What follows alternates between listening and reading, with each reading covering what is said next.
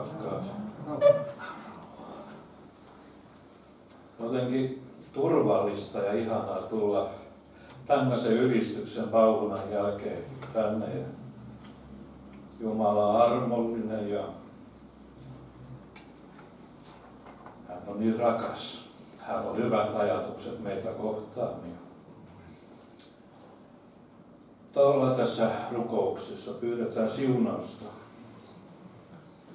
Rakas Jeesus, sinun puoleesi me ylennämme sielumme ja kiitämme, että sinä vahvistat meitä ja saamme rakentua yhteisestä uskostamme, Herra. Ja sä näet tämä maailman ajan hengen ja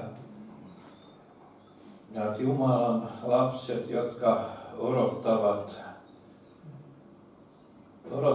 niin hartaasti ja paljon sinulta, että sinä puuttuisit asioihin ja ilmestyisit ja täyttäisit pyhällä hengellä ja tulella ja uudistaisit ja vahvistaisit. Herra, jotakin sellaista sisimmässäni koen, että on odotusta elävän Jumalan puoleen. Ja Herra, me tarvitsemme sinua. Tarvitsemme Jumalan hengen voimaa ja Herra, me uuvumme ja väsymme ja meillä ei ole mitään, jos meillä ei ole sinua. Siksi sun henkesi kutsuu meitä Kristuksen täyteyteen ja armoon sisälle ja lepoon ja tasapainoon Kristuksessa. Kiitos, että siunaat pyhässä kalliissa nimessäsi. Mulla tuli yksi semmoinen raamattu ja heti mieleen meidän rakkaista musikanteista, kun Alania mainitsi, niin sinä väsyit matkasi pituudesta, et kuitenkaan sanonut turha vaiva. Eli vaivan näkö Herrassa ei ole turhaa. Sinä sait elpynyttä voimaa sen tähden, että heikoksi käynyt. Ja Herra antoi teille elpynyttä voimaa, että jaksoitte reissun jälkeen lähteä tänne Poriin. Se oli tämä Jesaja 5:7-10. Siellä on muuten Jesajassa yksi semmoinen hyvä raamatun kohta. Tulee mieleen, kun näistä Herra on joitakin täällä Porissakin hyvin semmoisia läheisiä uskonystäviä, veliä ja siskoja ottanut sinne taivaan aittoihin, niin monessa yhteydessä on kuullut tämmöisen sanan, että vanhurskas otetaan pois näkemättä pahaa. Ja kun siellä Jesaja 5:7-1 on mielenkiintoinen tämä jae, niin se muuttuu aika ihmeellisesti tämä jae, kun tuon sen alkuperäisen käännöksen teille sitten myös samalla.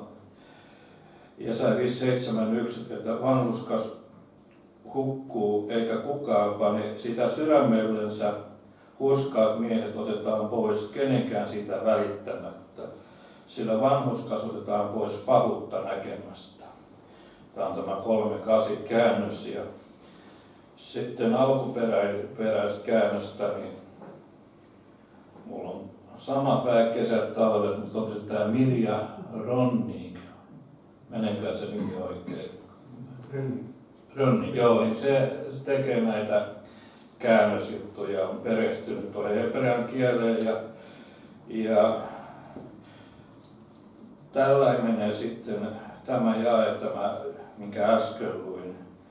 Vanhurskas katoaa, eli se temmataan. Eli vanhurskas katoaa, temmataan pois, eikä kukaan pane sitä sydämelleen.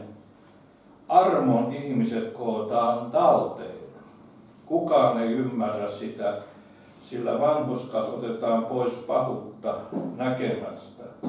Mutta tässä kun sanotaan, että temmataan ja sitten armon ihmiset kootaan talteen, niin tämähän kertoo ylös nousemuksesta. Ja me ollaan lähellä tätä hetkeä ylösnousemusta ja eletään kyllä siinä ajassa. Mutta se, mikä mun sydämelleni on tänään tullut, niin kuin on tässä jo tullut esillekin tässä tilaisuudessa, maailmassa vähän kummallisia uutisia. Ei me oikein ymmärretä. Tuntuu, että se järkikulta ei enää ole mukana missään ja kaikki menee niin kuin nurinkuriin. Kaikki se viisaus ja ymmärrys, että totta kai katoaa, mutta ihan hullunpuriseksi menee kaikki asiat ja sitten väsymystä, uupumusta, mutta sitten semmoinen pelkotila ja tuossahan ystävät toi, että siellä Turkissa kyllä se 3. maailmansodan pelko ja kyllä se meilläkin täällä Suomessa vähän katseet kohdistuu siihen ja monet uskovaiset rukoilee Suomen hallituksen puolesta, että Herra anna nyt viisautta päättäjille ja kun sitten sana sanoo, jotka nousee Israelia vastaan, niin repivät itsensä kaltoon ja Israel on ajanmerkki ja me nähdään koko ajan, mitä maailmalla tapahtuu ja sitten meissä nousee, että ei hyvänen aika, että uutisointikin on sellaista yksipuolista, että ei sitä viitsi televisioa avata, kun ne valehtelee uutisissakin joka päivä. Niin moni sen lukee, ettei se ole enää totta se uutisointikin. Ja sitten kun sä otat vähän sen ystäväs kanssa kantaa näistä poliittisista asioista, niin riitahan siitä syntyy. Toinen on toista puolta ja toinen toista puolta ja toisella sellainen näkemys, eikä kukaan koskaan valehtele. Kyllä media aina puhuu totta ja näin älä säännö viittejä, äläkä sä hurskastele. Ja kyllä ne juutalaiset ja israelaiset on kamalia. Ja täällä oli kiertämässäkin tuon Niilonärhen mukana joku mies ja nettifeeri, mikä tää on, mä en seuraa lainkaan, mutta kuitenkin jossakin nettiohjelmassa pyörii kuitenkin tämä elämänkerta Mariasta ja Jeesuksen äidistä ja siinä sitten vaan jotkut ottanut kiivastikin yhteyttä. Ei voi olla totta, siellä näyttelee juutalainen, että siinäkin tulee aika sivistymätöntä, onko eivät tiedä sitä, että Jeesuksen äiti oli juutalainen. Mutta kyllä tämä vähän se, mutta nämä maailman systeemit menee näin, mutta Raamattu kehottaa meitä valvomaan ja että meillä olisi öljyä lampussa ja nähtäisi sitä ajan henkiä kaikkea, mutta minä uskon Jumalan voiman lisääntymiseen seurakunnan keskellä ja uskovien keskuudessa. Se vaan on niin, että samalla kun pahuus lisääntyy, niin Jumalan voima lisääntyy. Etsikää alati minun kasvojani, sanoi Herra, ja kysykää minun voimaani. Ja kun me tiedetään, että se Jumalan voima on todellista, ollaan saatu maistaa tulevan ajan voimia, täyttöä Jumalan hengellä, niin meille tulee semmoinen halu tulla lähteelle.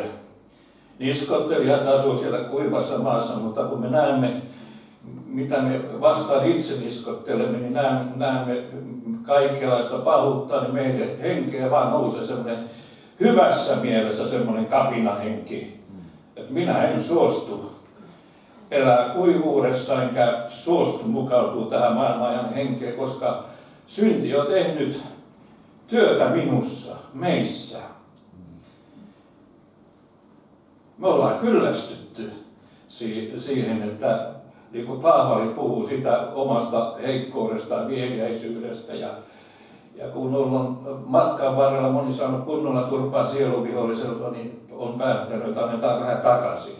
Kuitataan vähän velkoja ja se on sitä, mitä musikantit, suviset on tehnyt siellä Alaniassa. Teillä on tahto voittaa sieluja Kristukselle ja Herra sitten vie sinne, mihin ei tahdo välttämättä, niin kuin tuossa totesit. Mutta näin se saisi olla meillä koko ajan, että Jumala antaa meille viisautta ja taidollisuutta ja ymmärrystä tähän aikaan sukukuntaamme, perhekuntaamme kohtaan.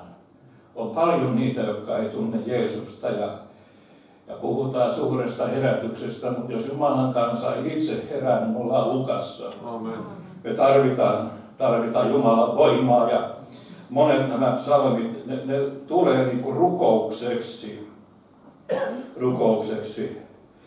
Että älä ole minusta kaukana, sillä ahdistus on läsnä eikä auttajaa ole.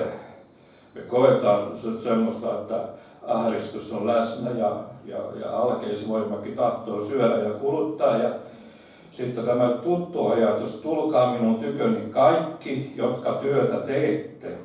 Olette raskautetut ja minä tahdon teitä virvoittaa. Tämä on 1776 vuoden tuo Biblia-käännös. Ja sitten 38-käännös puhuu siitä, että minä annan teille levon. Mutta myöskin tuossa työkentällä on tavannut monia uskon veljiä ja siskoja, jotka tekevät Jumalan valtakunnan työtä, niin he tekevät työtä ja kokee semmoista, että on kovinkin raskautettu ja kovinkin semmoista vaikeaa välillä, mutta sitten virvoitus tulee Herran kasvoista. Siihen Jumalan henki vie meitä läsnäoloon ja sitten alkaa viihtymään ja sitten kun tulee vähän semmosena köyhänä hengessä, mä tunnustan, mä tulin hyvin köyhänä hengessäni tänne tänään ja sitten nuo ylistyslaulut ne virvoittaa. Eikö virvoitakin? Tulitte hyvin virvoittuneeksi ja tuli semmoinen, että ei tiedä pysyäkö lainkaan penkissä tai paikalla, kun Herra on niin hyvä. Jos olet väsynyt ja voimaton, niin Jesaja sanoo ihanasti sulle. Hän antaa väsyneelle väkeä voimattomalle voimaa yltäkyllin. Mutta ne, jotka Herraa odottaa, ne saa uuden voiman, kohottavat siipensä kuin kotkat ja juoksevat eivätkä näänny ja vaeltavat eivätkä väsy. Tapahtuu semmoista uskon hengessä vaeltamista, kun siellä puhutaan, että vaeltakaa hengessä. Mä aina mietin sitä, että voi kertaa kaikkia, kun liha sanoo toista. Sana sanoo, että vaeltakaa hengessä, mutta liha vähän pistää kampoihin, eikä tahdo oikein alistua hengen alaisuuteen ja hengen kuriin, mutta sitten ylistys avaa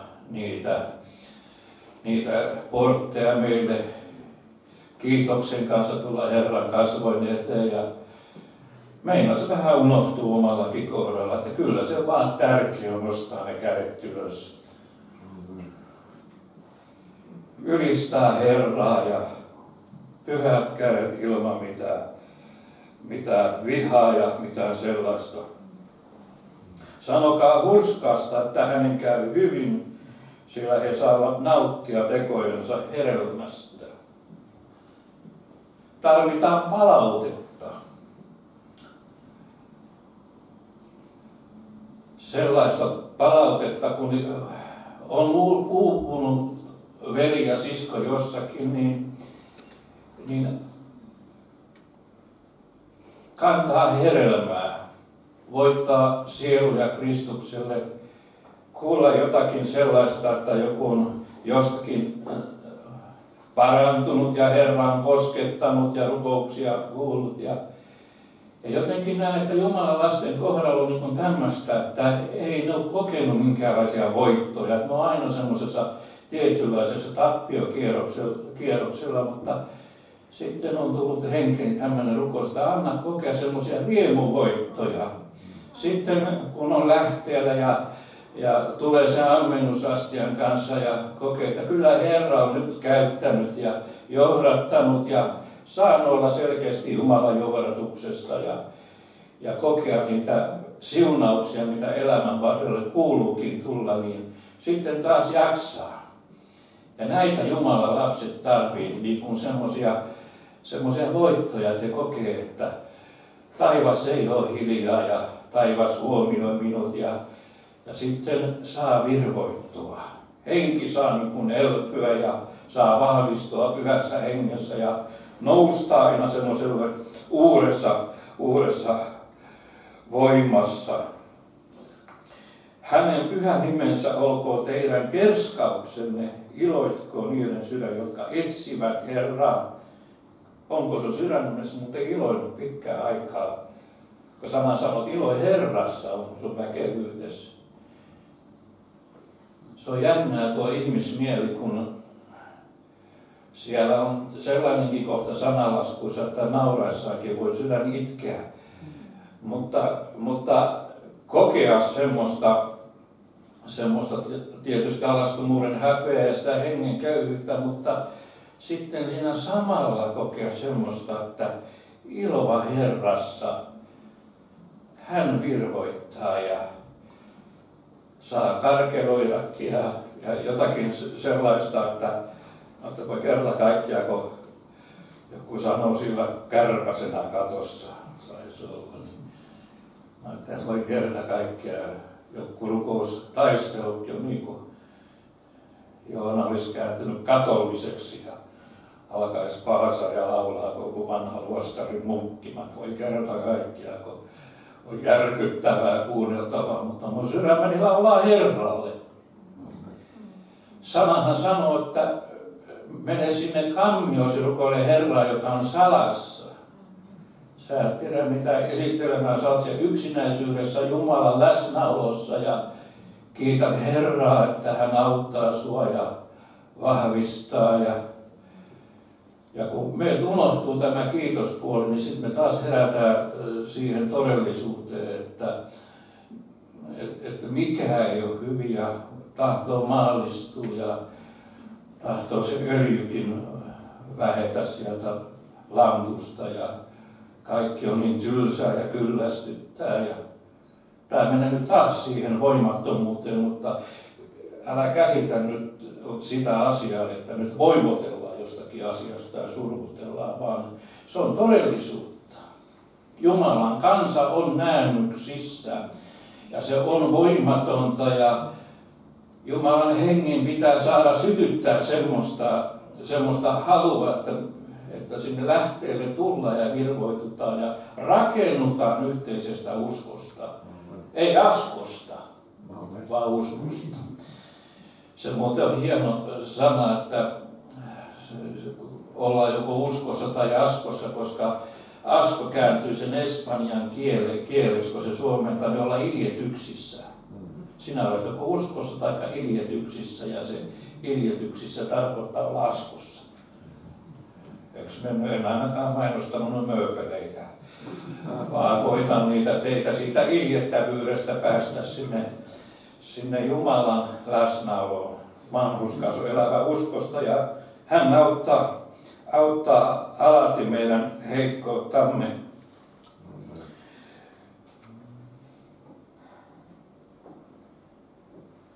Siellä toisessa kirjan, Thessalonilaiskirjeen toisessa luvussa, mulla oli netti auki ja kuulin tästä Raamatusta jotakin ja siellä sitten Emmanuel Miinos haastateltiin tästä Raamatun kohdasta, löytyy sieltä ihan YouTubesta Emmanuel Miinoksen haastattelu ja se on tekstitetty suomeksi ja siinä käytiin tätä lukua läpi ja kun Emmanuel Miinos on semmoinen Herran, mitä nyt se sanoisi, tai oli väkevä profeetta ja sanan opettaja, niin hän ei uskaltanut sillä lailla niin mennä tämän sisälle, että kun hän ei tiedä, hän avoimesti toi ja kun on kyse noinkin tunnetusta ja hyvästä opettajasta, niin minäkään uskalla lähteä sitä sen syvemmälle, mutta se ajatus, mikä liittyy tähän meidän aikaamme, mutta mitä tulee meidän Herran Jeesuksen Kristuksen tuntemukseen ja meidän kokoontumiseemme hänen tykönsä, niin me pyydämme teitä, veljet, ette anna minkään hengen, ettekä sanan, ettekä minkään mukaan meidän lähettämämme kirjeen heti järkyttää itsenne, niin että te menetätte mielenne maltin, ettekä anna niiden itsenne peljästyttää että ikään kuin Herran päivä olisi käsillä.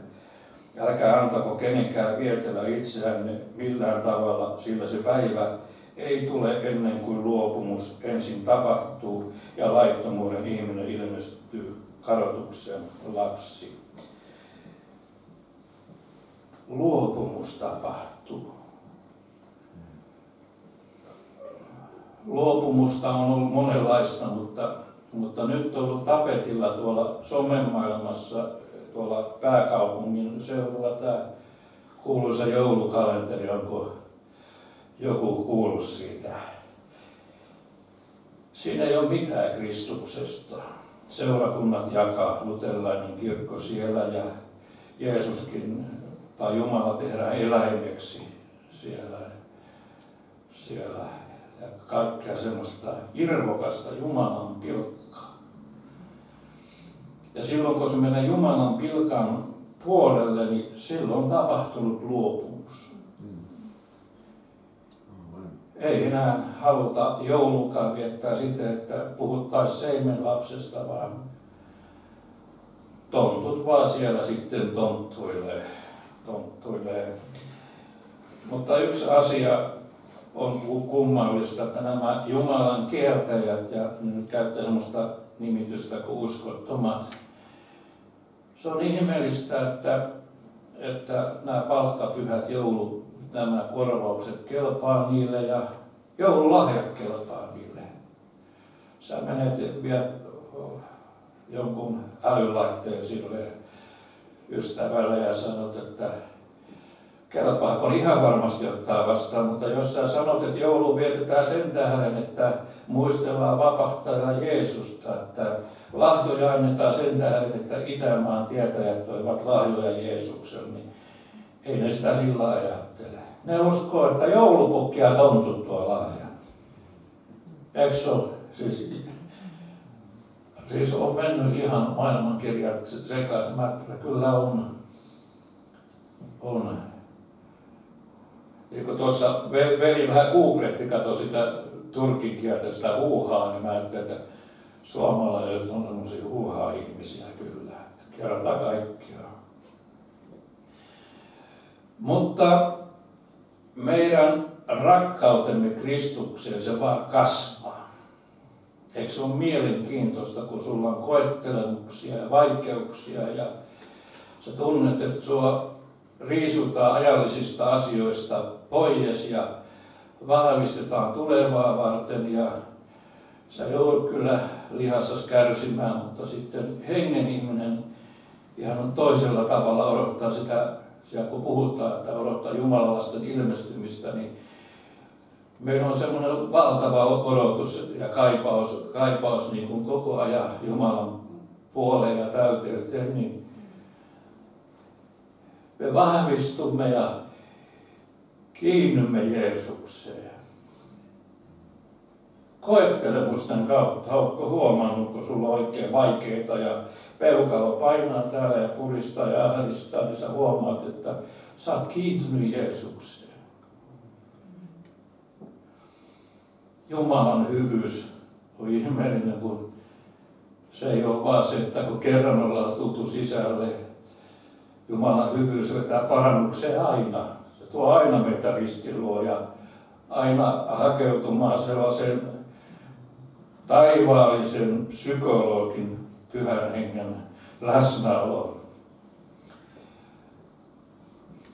Mä oon sanonut, että tuo Jumalan henki, se on ihmeellinen psykiatri. Katsoisiko se ei kaiva menneitä ja vanhoja asioita, vaan hän antaa, niin kuin Jeesus sanoi, minä annan teille tulevaisuuden ja toivon ja Herra luo uutta.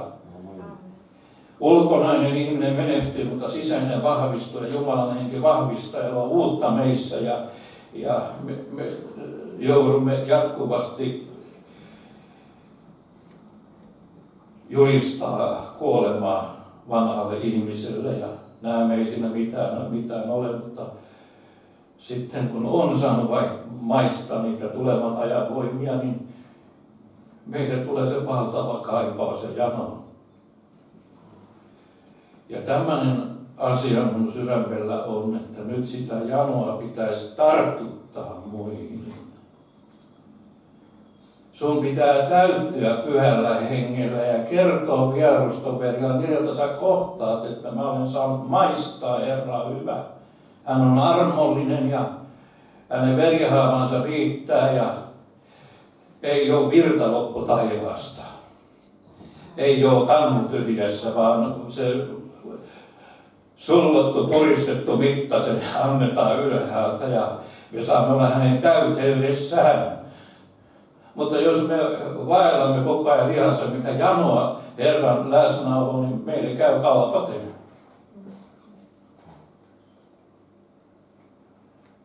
Mun on helppo tästä puhua, koska kun Raamattu puhuu ennen herätystä, Jumalan lastenkin on tehtävä parannus.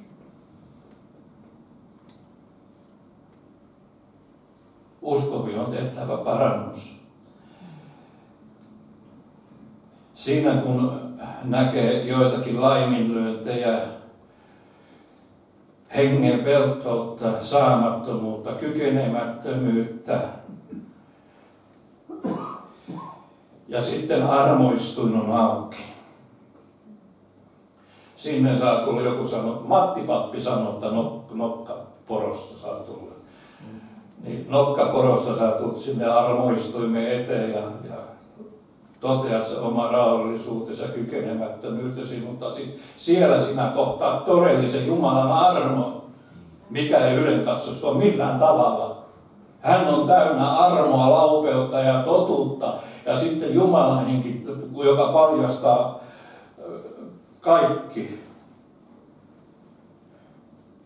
Mutta meille Jumala on sen ilmoittanut henkensä kautta, sillä henki tutkii kaikki Jumalan syvyydet, 1. Korintolaisille 20. Jumalan henki tutkii kaikki syvyydet ja paljastaa kaikki. Ja kun Jumalan henki tekee tätä työtä meissä, niin meillä on se armoistuimen edessä. Ja sitten meille syntyy se halu kertoa muille, että mä olen kohdannut elävän Jeesuksen ja ei hän ruoskinut. Mutta sitten me ollaan siellä kuuluisassa kantapäiväyliopistossa ja jäädään aina luokallemme ja sitten Herra näyttää kuin raadollisia me ollaan. Ja mä olen eilen illalla viimeksi tehnyt parannusta tällä sormella osoittelemisesta. Mutta totuutta hän haluaa salaitumpaan saakka. Ja kun Jumala on pyhä henki, joka tutkii syvyydet ja näyttää meille jokaisella aina matkan varrella, mitä tekoa me olemme, niin siinä sitten nousee semmoinen kiitos, että Herra, hyvä, että sun henkes näyttää. Saa tulla semmoisen Golgatan peilin eteen, mikä ei valehtele, vaan näyttää se, mitä me olemme. Ja sitten sieluvihollinen syyttää ja silloin oikeus aina syyttää siihen asti, kun se on oikeassa. Mutta sitten me tarvitsemme tunnollemme sitä taivaallista oikeudenkäyntiä ja sitten taivaallisen puolustusasianajajan siinä ja Jumalan henki todistaa meidän henkemme kanssa sitä syyttömyyttä, kun Jumalan pojan veri on saanut huuhtoa ja pestä meitä.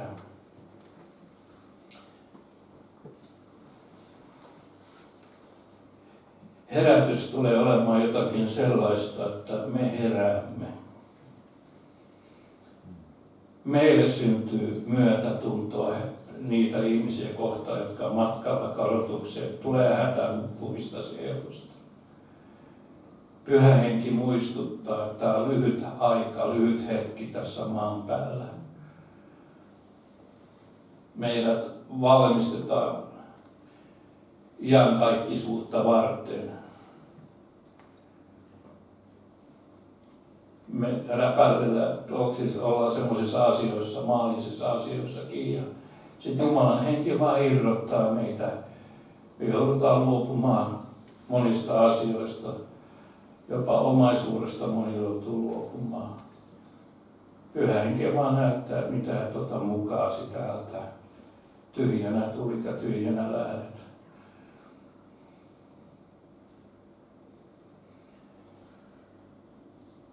Mun sydämelle tulee tämmöinen sana nyt, että Herra kutsuu meitä parannukseen.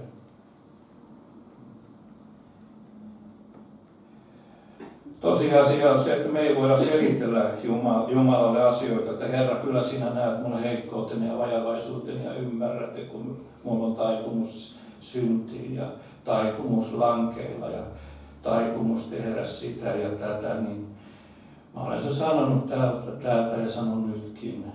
Ei Herra ymmärrä. Se, joka syntinsä tunnustaa ja hylkää, sille koittaa laupeus ja armo. Ei selitellä Jumalalle meidän vajavaisuuksia, vaan olla rehellisiä syntisiä. Tullaan syntisenä Jeesuksen tykö ja sanotaan synti syntinä. Mitä isoja matkoja mä en paljon kulkenut, mutta se vähän mitä mä olen kiertänyt, niin yhden asian on laittanut noilla saarnareissuilla merkille.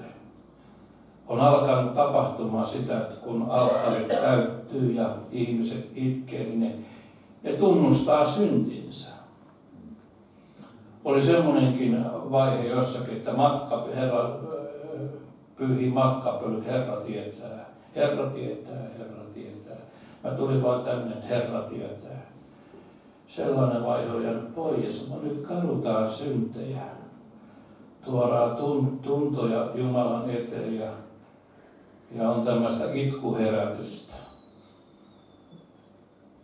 Ja sitten Jumalan pojan veri puhdistaa, niin saa tunto puhtaana lähteä ja kokea semmoista helpotusta ja vapautusta. Ja sieluvihollinen on ollut valehtelija alusta asti, se on tullut tappamaan, varastamaan ja tuhoamaan, niin moni jää semmoiseen elämäntilanteeseen, että he kerää syntiä synnin päälle. Ja tie on kauhean raskas kulkea. Mutta sitten kun he on tunnustanut syntinsä, niin moni on sanonut, että voi kerta kaikkiaan, miksi mä annoin sieluvihollisen kiusata itseäni niin, että mun tuntoni tuli raskaaksi. Ja tätä Herra haluaa, että me koetaan niin kuin voittoa, että me jäädä aina sille häviölle ja tappiokierrokselle, vaan Pyhä Henki auttaa meitä vastustaa perkelettä, niin se teistä pakenee. Siellä tähän opettaa meidän sormemme sotimaan ja sitten siellä Mooseksen kirjan, muistaakseni 5. luvussa, että te olkaa hiljaa, Herra sotii teidän puolestaan. Että sekin on, että saadaan vaan olla ja luottaa siltä, että Herra, sinä viet tämän asian voittoon. Tämä loppu haluan niin kun tässä lopussa tämmöisiä ajatuksia vielä sulle tuoda, joka koet, että mä olen nyt sellainen uskova, että mulla ei ole mitään muuta kuin tappiota, tappion perään ja tappion jälkeen. Niin sullekin Herra tahtoo sanoa, että Golgatan veri riittää sinun kohdalla ja sinä saat kokea riemuvoittoa. Sieluvihollinen ei pääse tekemään niskalekkiä, niin kuin siellä Daavid rukoilee, että älä salli vihollisen riemuita minussa. Ja varmaan kokenut, että kerta toisensa jälkeen se sieluvihollinen vaan pääsee iloitsemaan, kun tulee törttöytyä ja kompastuttuu samoihin asioihin, mutta tänään sinä saat nousta ja tulla Jeesuksen verilähteelle ja vapautua kaikesta semmoisesta turhasta painolastista. Sana kehottaa, että uudistukaa mieleltänne ja uudistukaa sydämeltänne ja me tarvitsemme uutta Jumalan voimaa ja vastus on kovat ja se maailman pelko mitä on, niin Herra haluaa ottaa sitä meiltä pois ja vahvistaa meidän heikkoa uskoamme ja meidän henkeemme. Ja ei Raamattu turhaa sanoa, että täyttykää Pyhällä Hengellä. Että lihan himoa täyttä, tarvitaan sitä hengen täyteyttä. Ja Kyllä mä huomaan, kun mä napisen ja kapinoin Jumalaa vastaan, että on kiittämätön ja mikä ei ole koskaan hyvin, niin kyllä sitten syntyy loppujen lopuksi henkeys, että Herra, mä en halua tämmöistä elämää, mä haluan täyttyä pyhällä hengellä. Ja minä uskallan väittää, että täällä on niitä ihmisiä, jotka haluaa täyttyä pyhällä hengellä. Aivan varmasti. Sä oot kyllästynyt siihen omaan raadollisuuteesi ja viheliäisyyteesi ja kaipaat hengen voimaa. Hengen voimaa sitä tarvitaan. Onko täällä joku, joka haluaa uudistaa matkan liittonsa Jeesuksen kanssa? Nosta käsi merkiksi Jumalaa. Tämä on armon ilta. Monta vaivaa vanhuskalla, mutta Herra vapauttaa niistä kaikesta. Mä tiedän joitakin ystäviä täällä, joilla on fyysisiä sairauksia ja kipuja. Ja mulla on, jos muistaakseni, pitäisi olla rukousliinoja mukana. Mutta rukoillaan terveyttä myöskin sun fyysiseen olemukseen. Onko täällä joku, joka ei vielä tunne Jeesusta, mutta haluat ihan varmasti saada pelastusvarmuuden sisimpääsi? Että Jumalan henki todistaa sun henkes kanssa, että sinä olet Jumalan lapsi. Jos sulta puuttuu tämä vakuus, niin nosta käsimerkiksi, niin rukoillaan sulle myöskin synnin päästä. Ihan, oletko varma, jos tämä on aika, nyt sä ajattelet, että se pelottelee. Mutta oletko varma, jos nyt kävisi sillä, että kutsujan kaikkisuuteen tulisi sun kohdalla, niin pääsisitkö taivaaseen? Tämä on tärkeä asia myöskin huomioida, että onko joku, joka haluaa antaa elämänsä Jeesukselle, nosta käsimerkiksi, niin rukoillaan syntisen rukous myöskin sun puolesta.